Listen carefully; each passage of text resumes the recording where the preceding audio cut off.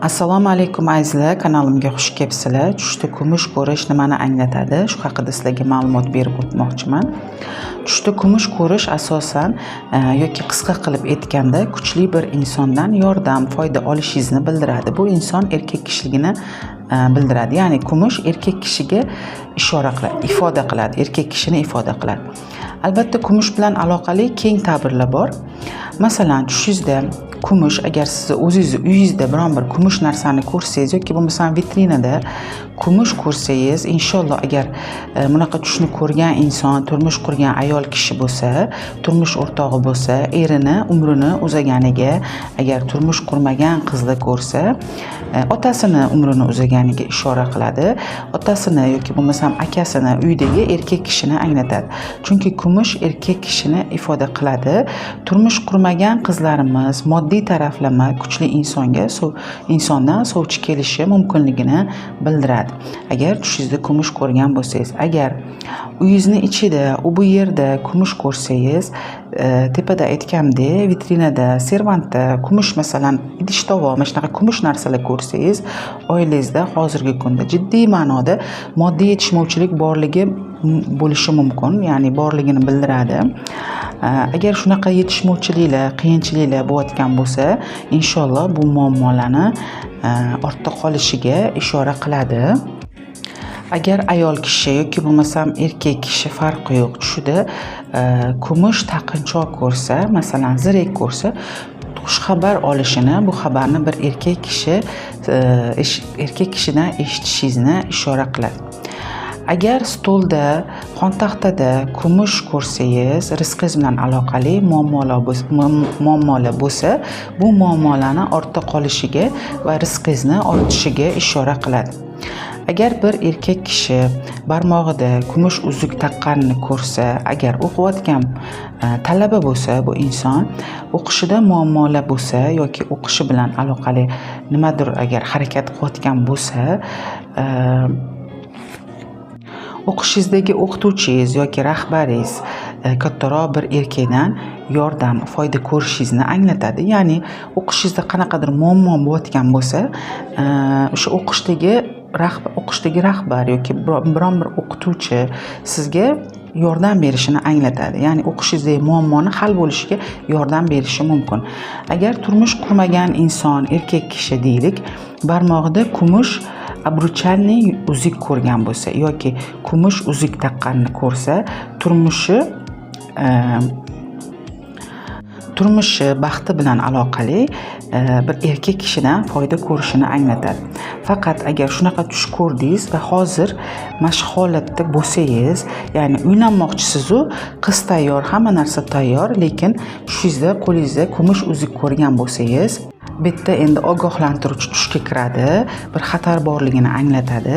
Agar uylanmoqchisiz, hamma narsa tayyor, qiz tayyor, to'y bo'lyapti, yaqin, shunaqa paytda tushingizda barmog'ingizda kumush uzuk ko'rgan bo'lsangiz, shoshmasligingiz kerakligini, kelin bolani surishtirib, yana ham hushyorroq bo'lishingiz kerakligini, ya'ni kelinni surishtirishingiz kerakligini anglatadi. Nimaga? Chunki bu kelinni boshqa biron bir insonni yaxshi ko'rishi mumkinligini yoki bo'lmasam oddiy qilib, lo'nda qilib aytganda, bir yigiti bor bo'lishi mumkinligini bildiradi. O'shaning uchun surishtirishingiz kerakligini anglatadi.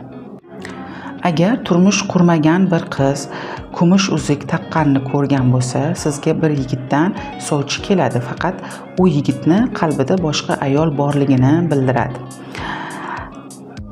Tushundinglar? Agar turmush qurmagan bir ayol bo'lsangiz, siz qo'lingizga kumush uzuk taqqaningizni ko'rgan bo'lsangiz, bir yigitdan sovchi keladi, lekin u yigitni qalbida boshqa bir qiz borligini bildiradi. Shuning uchun siz ham shoshmasdan qaror bermasligingiz kerakligini, shoshib qaror bermasligingiz kerakligini, shoshmasdan surishtirib, ya'ni o'ylab, o'lchab ish tutishingiz kerakligini anglatadi.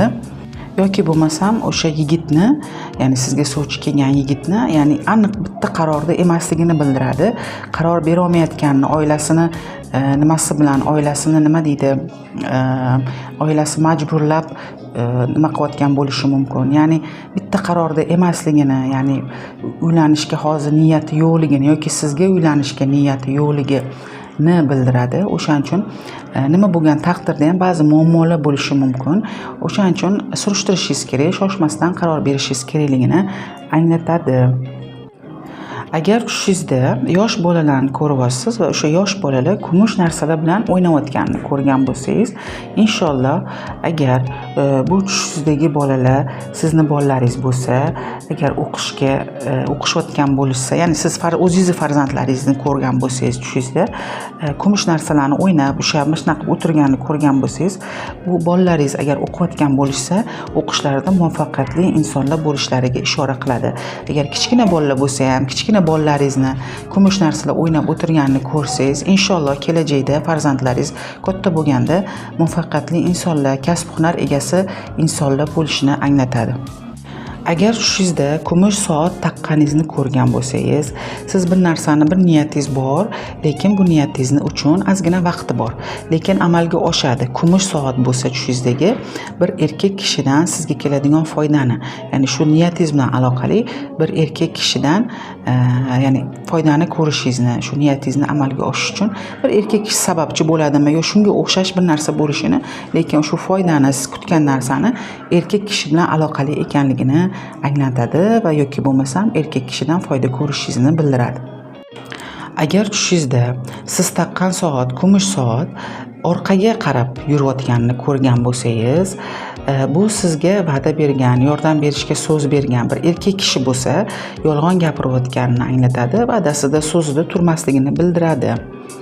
Agar turmush qurmagan qiz bo'lsangiz va tushingizda kumush soat taqqansiz, kumush soatingiz orqaga qarab yurayotganini ko'rgan bo'lsangiz, sevgan insoningizni va'dasida turmasligini, sizni aldayotganini yoki bo'lmasam hozir qanaqadir masalada sizni aldayotganligini bildiradi.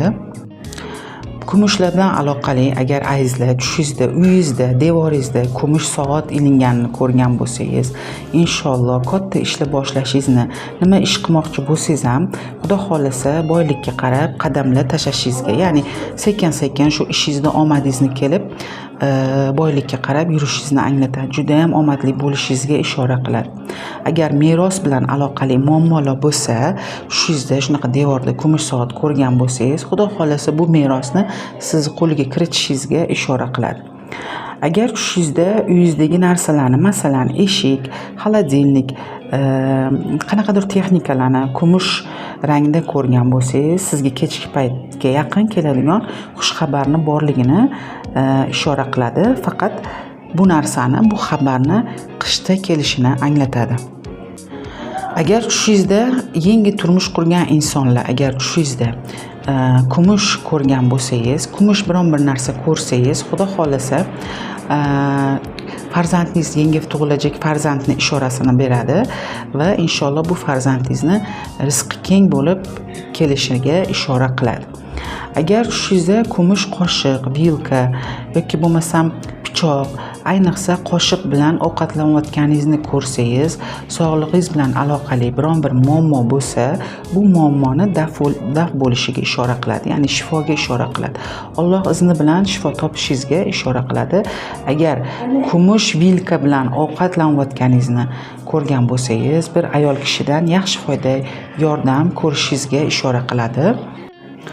Agar tushingizda kumush pichoq bilan ovqatlanayotganingizda, o'sha kumush pichoqni ishlatayotganingizni ko'rgan bo'lsangiz, ish qidirayotgan bo'lsangiz yoki ishlayotgan inson bo'lsangiz, ya'ni ishlaydigan normalniy biznesingiz bo'lsa yoki bo'lmasam o'zingiz ishlaydigan bo'lsangiz, nima ish qilsangiz ham tushingizda agar kumush pichoq bilan ovqatlanayotganingizni, biron narsani kesayotganingizni ko'rgan bo'lsangiz, bu narsa, bu tush ehtiyot bo'lishingiz kerakligiga, ishxonangizda hushyor bo'lishingiz kerakligiga ishora qiladi. Ya'ni ehtiyot bo'lib, gap so'zlaringizda ehtiyot bo'lishingiz, ya'ni hech kim bilan urushmasligingiz, shu kunlarda ehtiyot bo'lishingiz kerakligini, sir bermasligingiz kerakligini, og'zingizni yopishingiz kerakligini, ya'ni sal orqaga bundoq o'zingizni tortib, sokin bo'lib yurishingiz kerakligini anglatadi. Chunki ishxonangizda biron bir muammo bo'lishi mumkin.